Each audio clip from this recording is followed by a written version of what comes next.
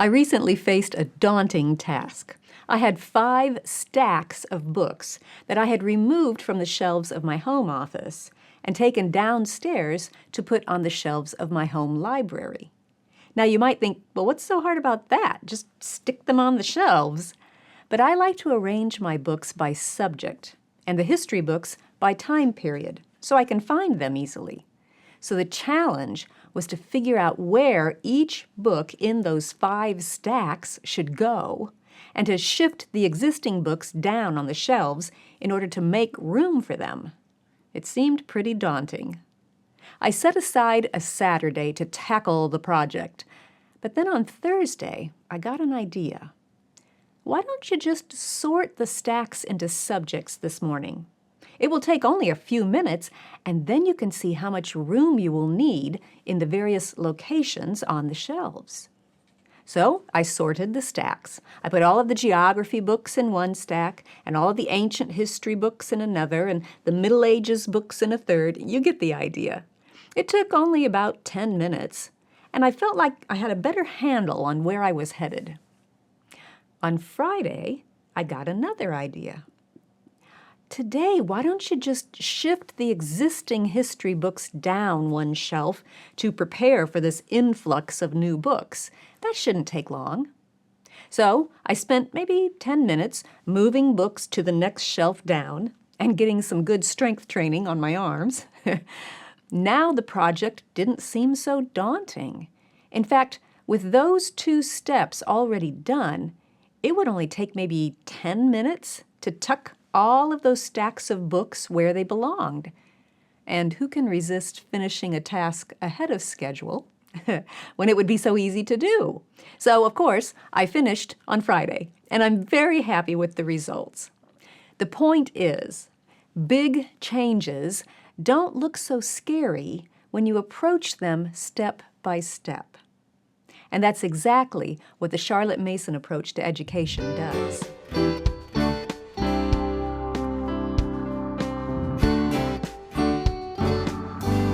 Welcome to the Simply Charlotte Mason podcast. I'm Sonia Schaefer.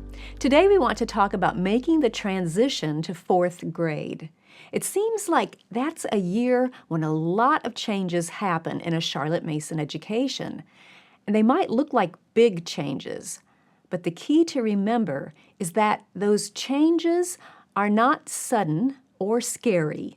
They are natural next steps to what you've been doing in grades 1 through 3. Let's walk through how those changes work and see how you've already been preparing for the transition step by step. One change is moving from your reading all of the books aloud to your student to her reading her school books for herself. The key is to remember that this is a gradual process. You've been doing reading lessons with your student. You've watched her progress over time from learning the letters and their sounds, to word building, to reading sentences and paragraphs. And you've been working your way through the readers, having your student read aloud to you in order to practice and gain fluency. Once your student can comfortably and confidently read at a 4th grade level, she's finished the book for 3rd grade and is reading fluently to you, then the next step is to set aside the readers and have her begin reading from her school books. Now, some students will be ready to read an entire book independently at that point. Others will feel more comfortable with a slower transition. If your student needs a more gradual transition, you might have your student read aloud 1 page and then you read aloud the rest. Or you might take turns reading aloud. She does 1 page, and then you do 1 page, and then she does 1 page, and so on. When your student is ready to read silently, you can transition gradually into that too, if needed. You could start reading the chapter aloud, and then hand the book to your student to go finish reading on her own. And you can customize when you hand her the book. You can give it to her with only 1 page to go, or halfway through the reading, or after you've read just 1 paragraph. Reading school books for herself doesn't have to be and shouldn't be a sudden change from nothing to everything. As with all aspects of a Charlotte Mason education, it's a step-by-step process that respects each child as a person. By the way, I've had some questions about how to walk through that process when you're reading aloud to younger students as well. Well, you could go about it in several ways. For example, you can make the transition using only the books that are unique to your fourth grader, not books that are shared with the whole family. Another way you could go about it is to get 2 copies of a book that you're sharing with the whole family. You begin the reading aloud with everybody, and then hand your student her copy to go finish independently while you complete the reading aloud to the younger students. Or you could ask your fourth grade reader to take a turn reading aloud from that shared book to the whole family. You could even determine together how much she will be reading aloud when it's her turn. You'll probably think of other ideas, but those are a few. Another change that begins at the fourth grade level is going from all oral narrations to some written narrations. And again, it's not a sudden and scary change. All of those years of consistent oral narrations have been laying the foundation and giving your student practice in the mental process that is involved. You've also been giving your student time to solidify her handwriting, so that doesn't require all of her mental effort at this point. Now, she can write more fluently, so the next step is simply to combine those 2 skills, the mental process of narration and the physical skill of handwriting, to create written narrations. Just as with the reading transition, it's not a matter of going from nothing to everything. You can ease into it by requiring only 1 written narration a week. All the rest remain oral narrations. And if your student is experiencing writer's block when looking at that blank sheet of paper, feel free to help her get started by having her narrate orally while you write down what she is saying, and then at some point, hand the paper to her to finish writing her thoughts. You can determine when to make that handoff. It could be 2 sentences from the end, or about halfway through, or after the first sentence.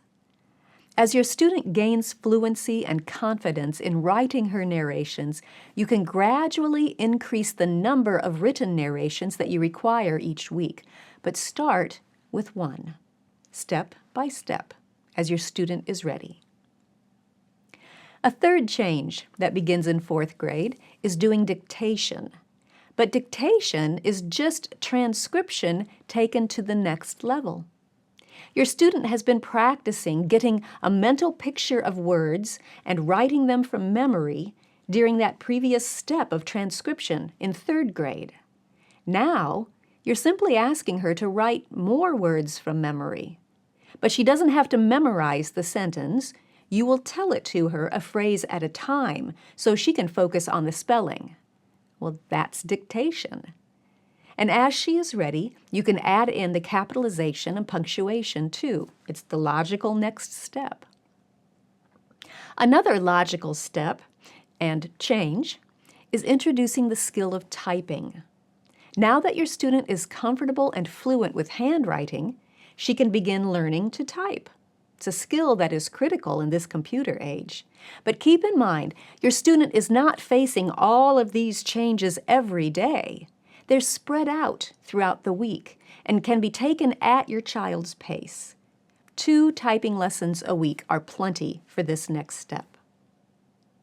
A fifth change for your fourth grade student is beginning to study the parts of speech, grammar. Yet again, this change is not an abrupt challenge, for you've been laying the foundation through English lessons in third grade, through everyday conversations, and through reading aloud well-written books and poems from excellent authors and poets. You have provided a language-rich atmosphere. So taking the next step to look a little deeper at that language and notice some of the parts that compose it doesn't seem overwhelming. And if you combine that grammar study with the dictation lessons, as we do in our Using Language Well series, it adds only 5 or 10 minutes to your schedule, and much of that is done independently. In fact, that's another gradual transition for your student. In 4th grade, we begin to encourage a little more independent work, still closely supervised and guided, but giving her a taste of working independently for short periods of time. We keep it short in order to secure the ground for future grades. Those short, independent efforts provide opportunities to make sure your student is progressing in good habits for herself, the habits of full attention, of orderliness, and best effort, even when no one is watching. They also provide timely intervention if your student misunderstands a concept or forgets an important part of the assignment. You can discover those mistakes sooner. And it's so much easier to get back on the right path when you've taken only a step or two off of it than if you were allowed to keep going for days on your own. So in 4th grade, your student receives opportunities to independently write a narration, study her dictation passage, complete her grammar lesson, practice typing, read from assigned books and record favorite excerpts in her book of mottos, and do some of the practice of math concepts on her own. But none of that is scary or sudden. Each change is simply the next step in a gradual process of growing the Charlotte Mason way. If you'd like to see how these different subjects work together, you can view a sample weekly schedule and our recommended resources for 4th grade by following the link in the description. If you enjoyed this podcast, be sure to subscribe. Thanks for joining me. I'll see you next time.